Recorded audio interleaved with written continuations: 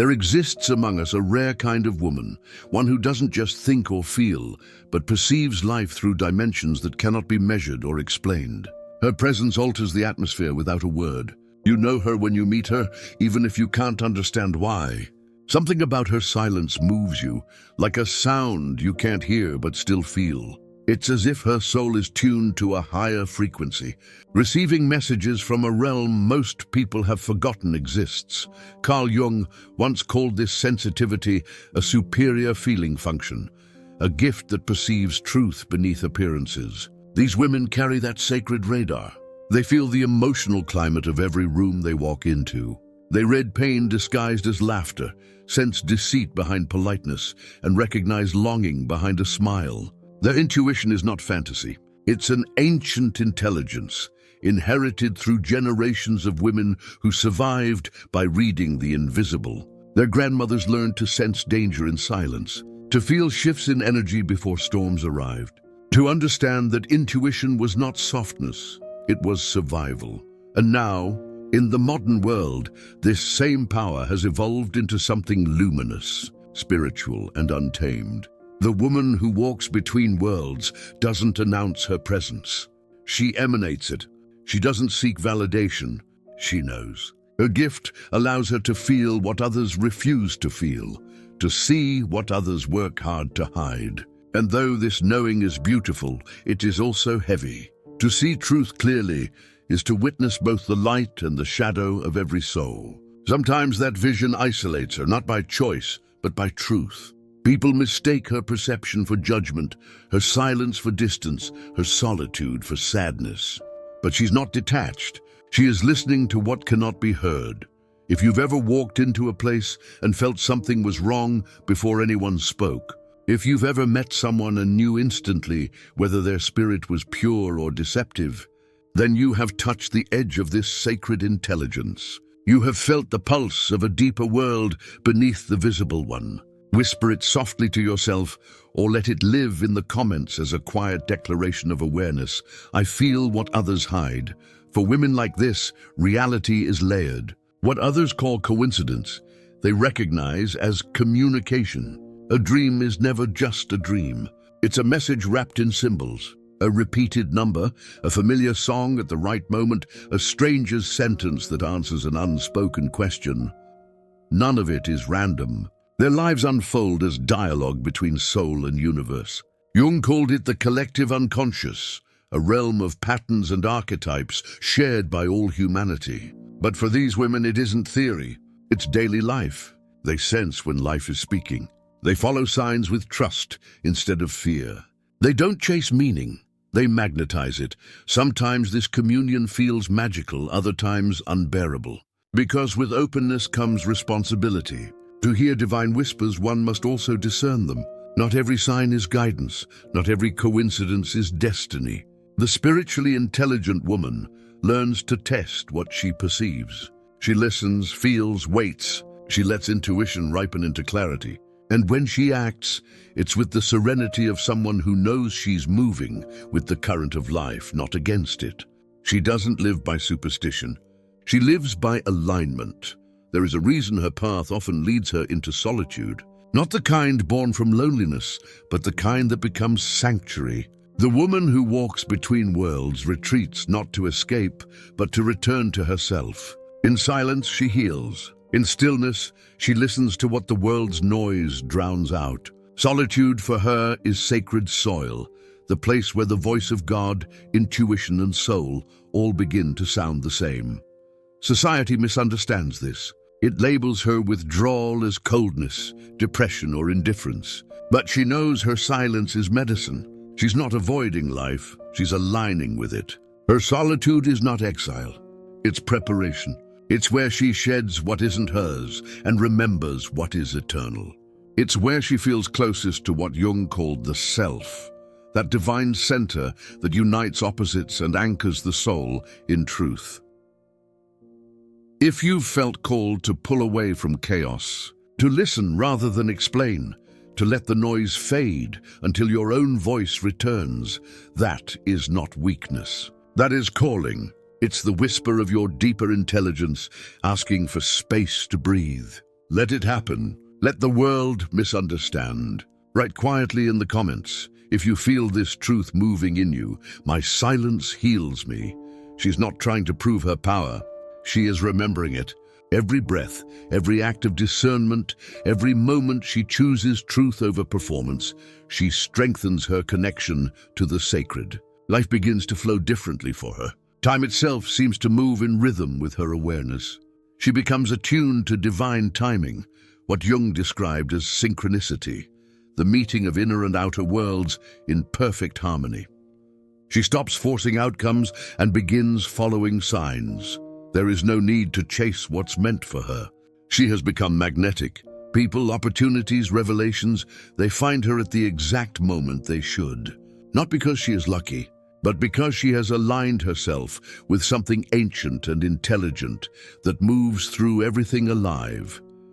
And if you've ever felt this, the sudden peace when you stop chasing, the gentle sense that life is conspiring with you instead of against you, then you are already walking between worlds. You are remembering the language of your own soul. So before this moment passes, pause, breathe, let this truth sink into your bones. You are not broken for feeling deeply. You are not strange for seeing what others cannot. You are not lost for craving silence in a loud world. You are exactly as you were designed to be. A translator between heaven and earth, a bridge between consciousness and mystery. If these words found you, it's because they were meant to. Leave your small sign of recognition and join this quiet movement of awakening souls. Subscribe, not just to this channel, but to your own evolution.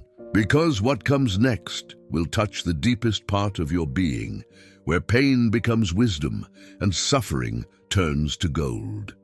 There is a moment in every woman's awakening when the light she carries begins to burn through the illusions she once mistook for safety. It doesn't happen gently. It happens in fire, the kind that consumes everything false. The woman who walks between worlds must face that fire, not to be destroyed by it, but to be remade within it.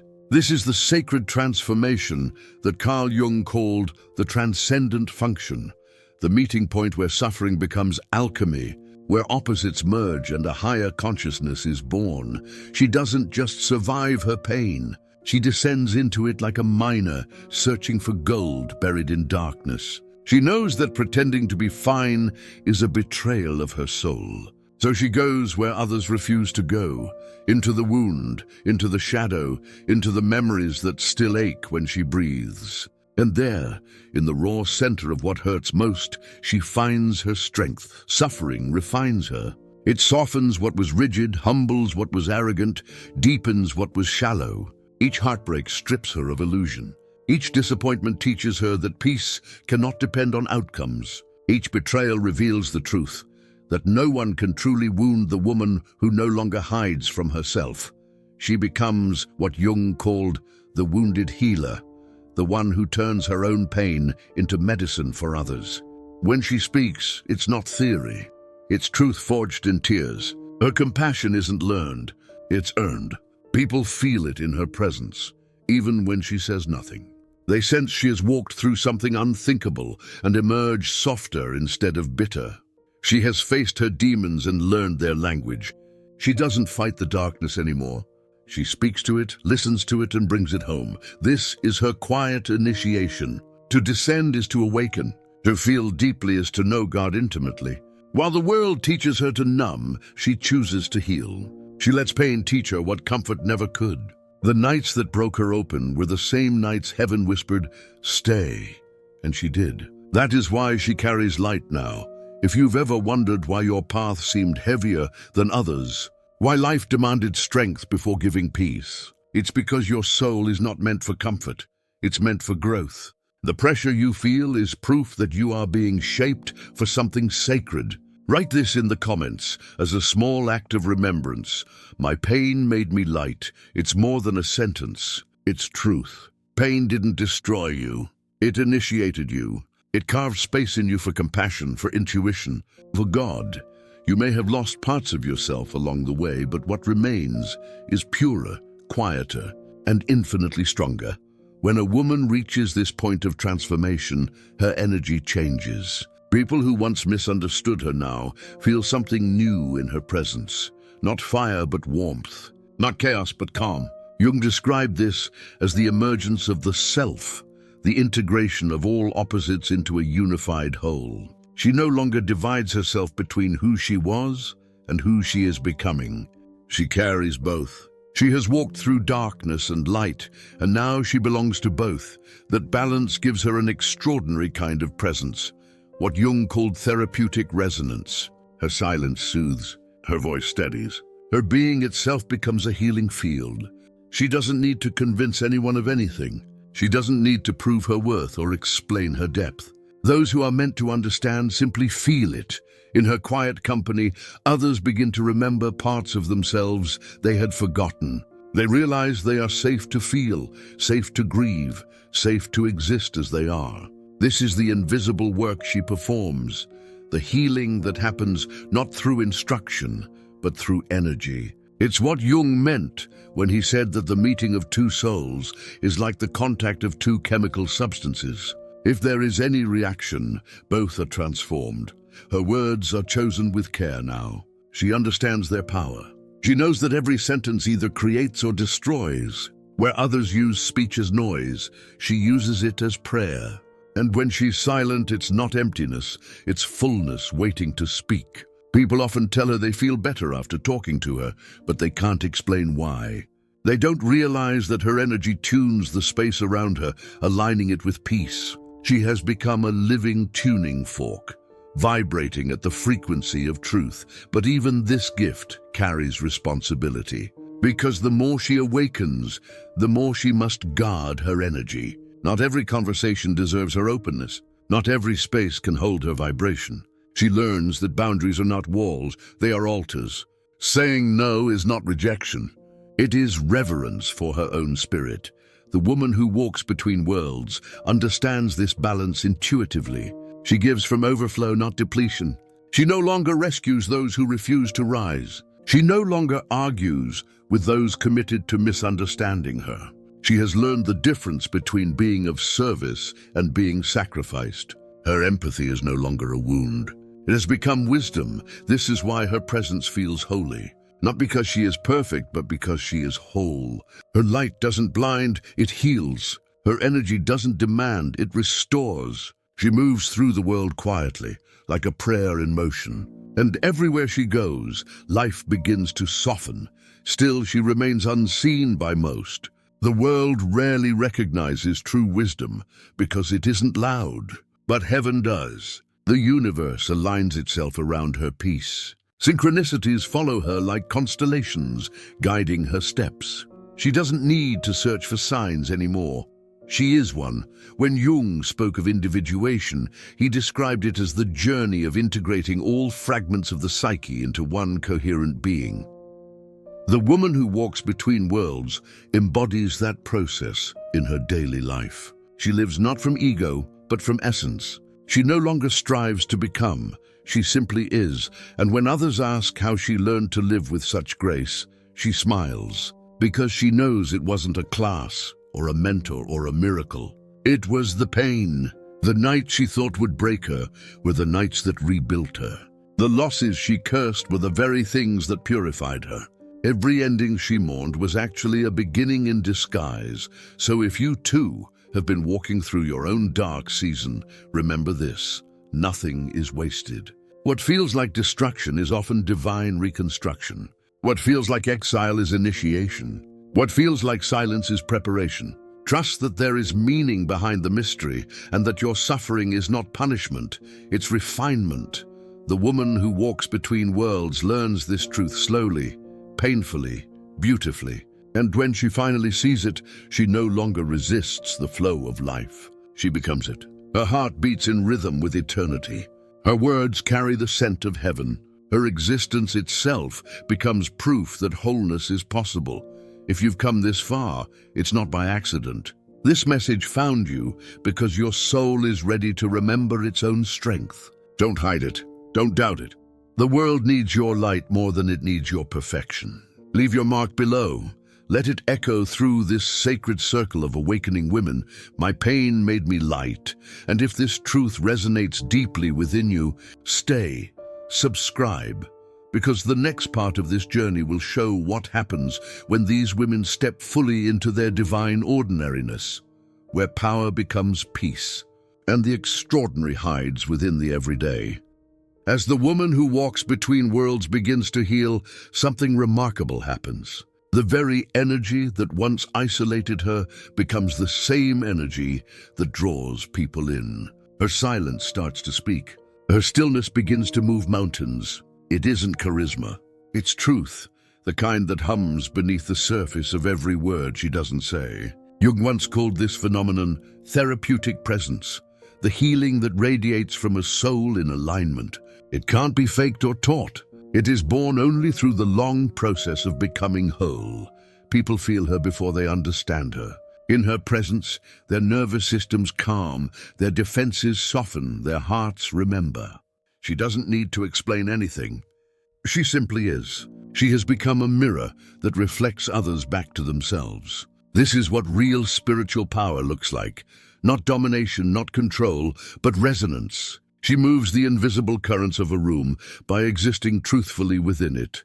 But this presence does not come without weight. The woman who carries light also attracts shadows. The more authentic she becomes, the more others project onto her what they refuse to face within themselves. Some will idealize her, calling her angelic, enlightened, divine. Others will resent her, accusing her of being too different, too intense, too much. Both responses are distortions. They are not about her. They are about the unhealed depths within those who look at her. Jung warned that people do not see others as they are. They see them as mirrors of their own unconscious. This realization is both freeing and lonely. She must learn to hold her ground without absorbing the noise around her.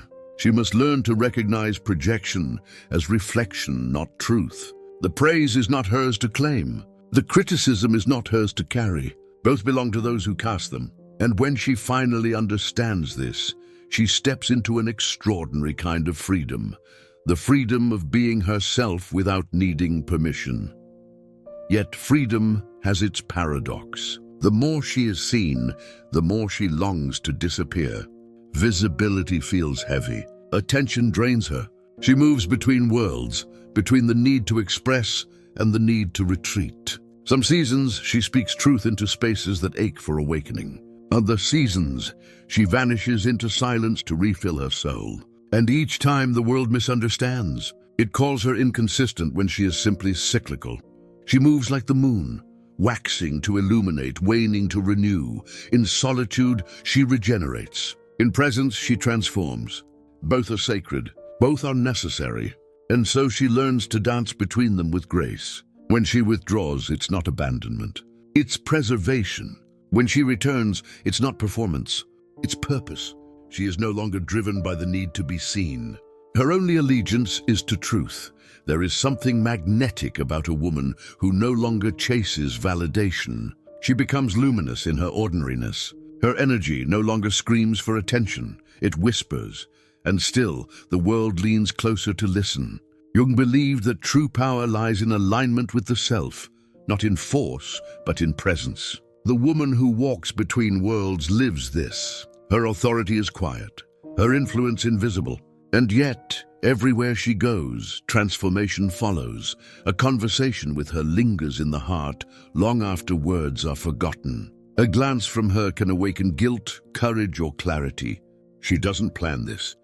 It simply happens. She carries truth like fragrance, and everyone who crosses her path breathes a little deeper, stands a little taller, remembers a little more of who they are.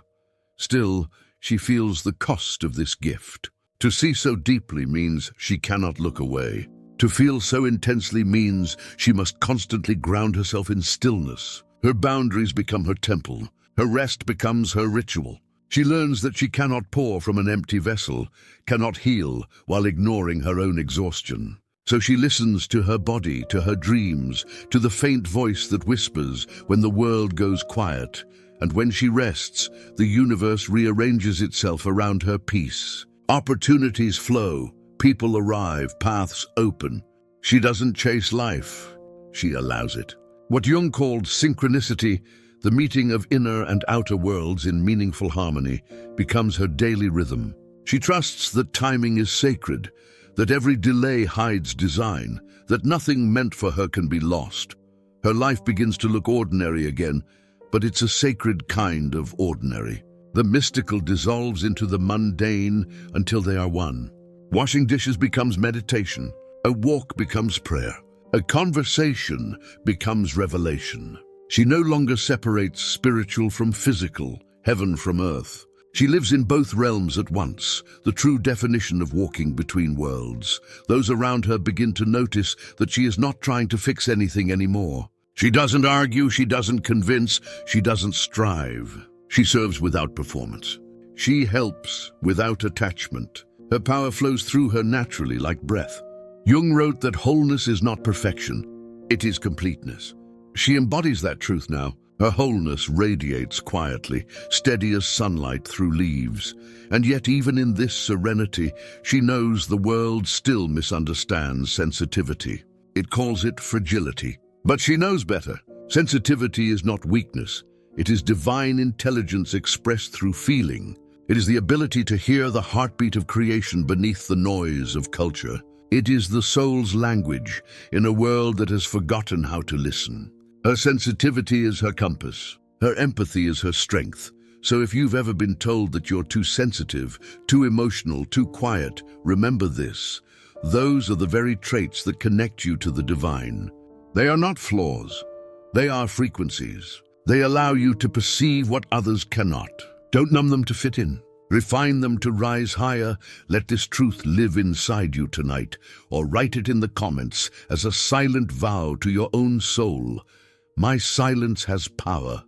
It is a phrase of remembrance, a declaration that your stillness is not emptiness, but presence. And if these words have resonated with you, let them echo in your spirit. You are not here by accident. The same intelligence that guides the stars has guided you here, to remember, to awaken, to embody. Stay close, because the journey is not over.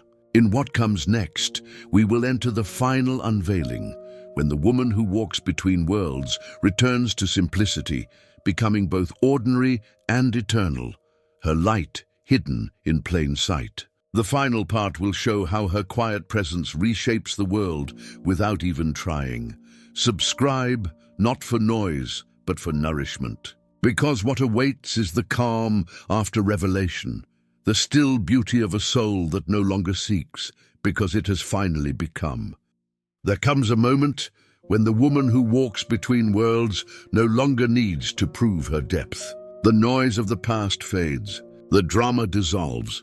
What remains is a profound stillness, the peace that arrives after the storm, when the soul finally understands that it was never meant to fight life, but to flow with it. Jung once said that the goal is not to become perfect, but whole. And wholeness is exactly what she has become. After all her descents, all her awakenings, all her cycles of death and rebirth, something beautiful and quiet takes root inside her. She stops searching for signs and begins to live as one. Her presence no longer seeks to teach, heal, or inspire. It simply radiates truth without trying. The extraordinary has merged with the ordinary. Her spirituality no longer sparkles. It breathes. It moves through the smallest gestures. How she listens, how she loves, how she walks through a morning filled with sunlight and silence.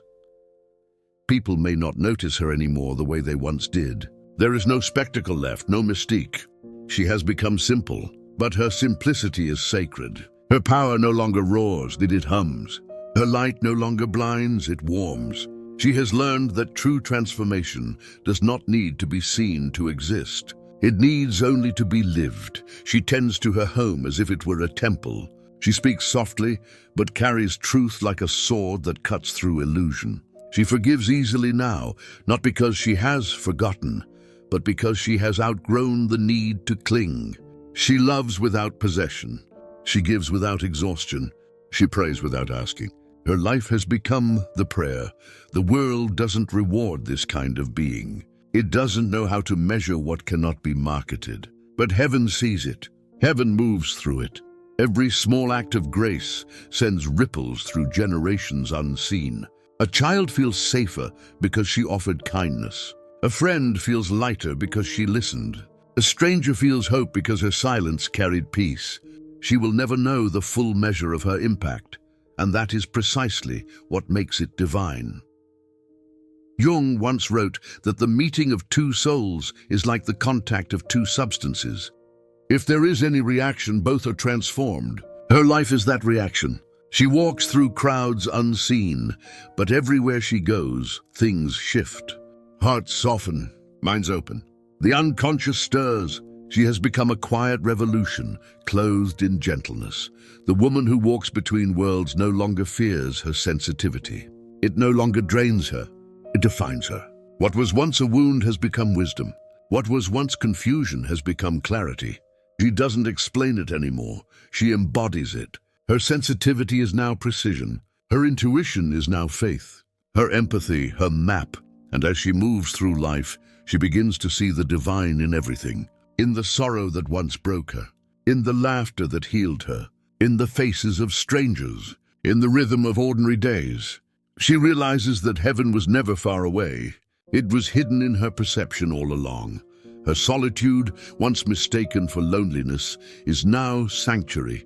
Her silence, once seen as emptiness, is now full of presence. Her softness, once called weakness, is now her greatest strength. She has learned the hardest lesson of all, that power and peace are not opposites. They are two faces of the same divine truth, and when people ask how she came to be this way, she doesn't give them answers. She smiles. Because some things cannot be explained. They can only be lived. She understands that every person must find their own descent, their own silence, their own resurrection. She does not seek followers. She seeks alignment. Her life is no longer about becoming. It is about being. She may appear ordinary now. She may go unnoticed. But her ordinariness is the final proof of her transcendence. She has integrated the mystical into the mundane, the eternal into the temporary. Her life no longer divides heaven from earth. It reveals that they were never separate, and if you meet her, you may not even realize it. You might pass her on the street and feel an inexplicable calm. You might hear her speak once and remember her words years later. You might never know her name, but something in you will shift, because she carries what the world forgot. The vibration of truth, the fragrance of the eternal, the quiet reminder that love is not an emotion, but a state of being. Her influence is invisible. It doesn't shout. It doesn't demand recognition. It lives in gestures, in atmospheres, in the spaces between words. She doesn't build empires. She builds resonance. Her work cannot be charted or calculated because it belongs to eternity. The lineage she carries is ancient. It stretches beyond memory, a river of women who listened when the world was loud, who felt when the world was numb, who loved when the world was cruel. They are the forgotten healers, the silent prophets, the midwives of light. Through her, they continue to speak. Through her, their prayers find shape again, and now it's your turn. You who read these words not by chance but by calling. If you recognize yourself in her, it's because that same wisdom runs through your veins. You are part of this lineage of women who walk between worlds. The world may never understand you, but it needs you. You are not too much. You are not too sensitive. You are exactly as designed. Breathe this truth in. Let it settle in your chest like peace returning home. And if your soul feels seen in these words, leave this small offering of remembrance, the sentence that seals this journey. I carry light in silence. Write it not for me, but for yourself. Let it be your vow to keep walking in truth, no matter how dark the road becomes. Because every step you take brings more light into the world, and that is the quiet revolution you were born to lead. So walk gently. Walk bravely. Walk between worlds, and if this journey has awakened something in you, stay with it. Subscribe, not for more noise, but for more truth, the kind that doesn't speak to your mind, but to your spirit. Because the path continues far beyond this ending. The story of awakening never truly finishes. It only deepens. You were never meant to fit into this world. You were meant to help heal it.